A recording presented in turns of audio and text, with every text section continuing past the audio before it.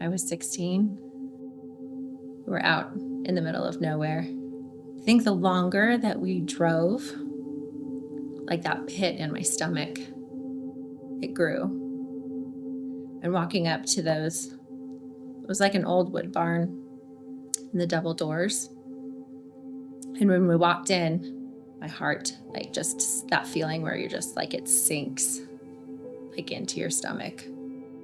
My spirit had already been on alert. Like I knew this was not good. It was actually the spring equinox that night. It's when they do a lot of their rituals is on those days. I could feel the dirt beneath my feet, feel the dirt in the air, hear multiple men talking. And then I saw it. There it was.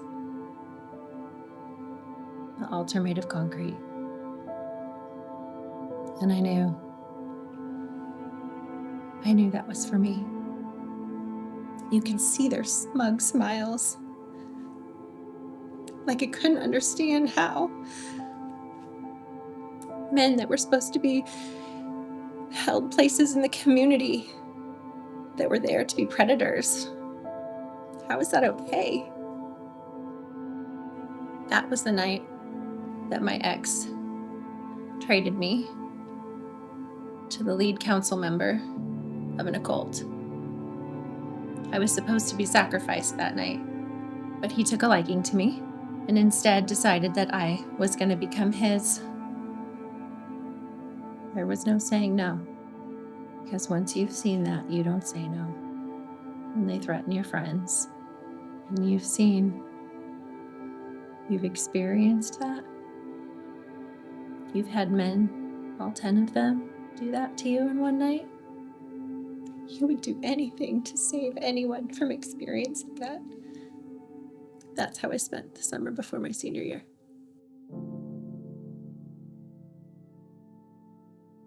I grew up in church. I met Jesus when I was 7. I was in church all the time, youth group, summer camps. I had a great relationship with my dad. That wasn't supposed to be me. I was 16 and met someone who was a couple years older than me through mutual friends.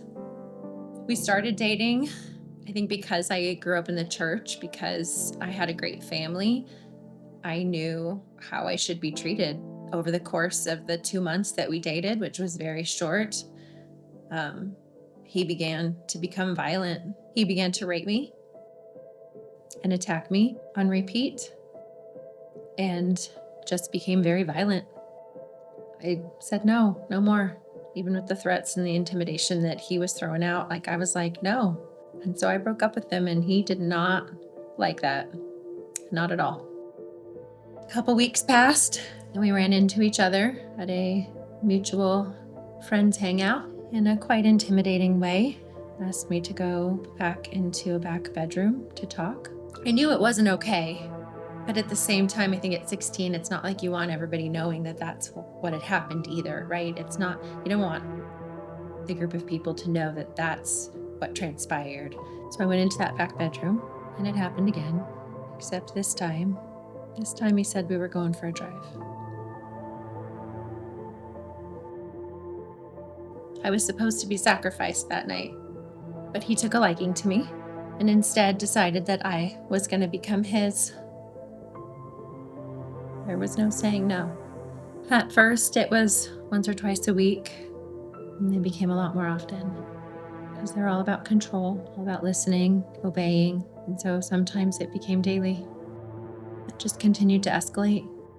So on my 17th birthday, I was dedicated to Satan, which wrecked me because I knew who I belonged to. For 6 months, I had seen such horrific things, but there was something about that night. I had seen them take the lives of people, of animals. They had done horrific things to me. There was just something about him saying I was his. It crossed a line. I had been crying out to God for months, Felt like it was never going to stop, never going to end. It just kept getting worse. I know he never left me. He was with me in it all. I always felt him. He was always there. And I don't know why it didn't end sooner. I trust the sovereignty of God. But after that night, the Lord miraculously intervened, and he never touched me again.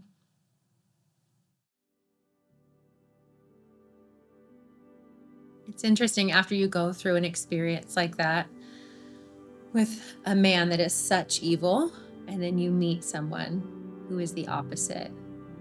That healing definitely started right away because I wasn't used to feeling safe with a man. And I was grateful to have a man that was willing to walk that journey with me.